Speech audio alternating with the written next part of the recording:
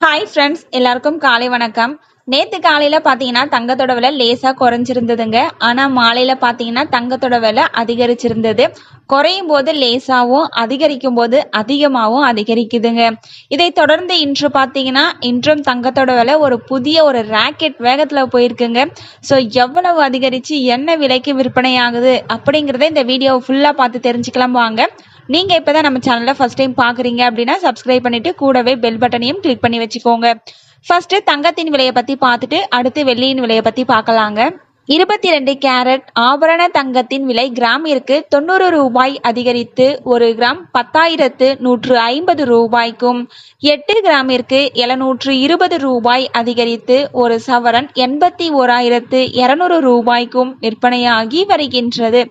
அடுத்து தூய தங்கமான 24 கேரட் ஆபரண தங்கத்தின் விலையை பற்றி பார்க்கலாம்.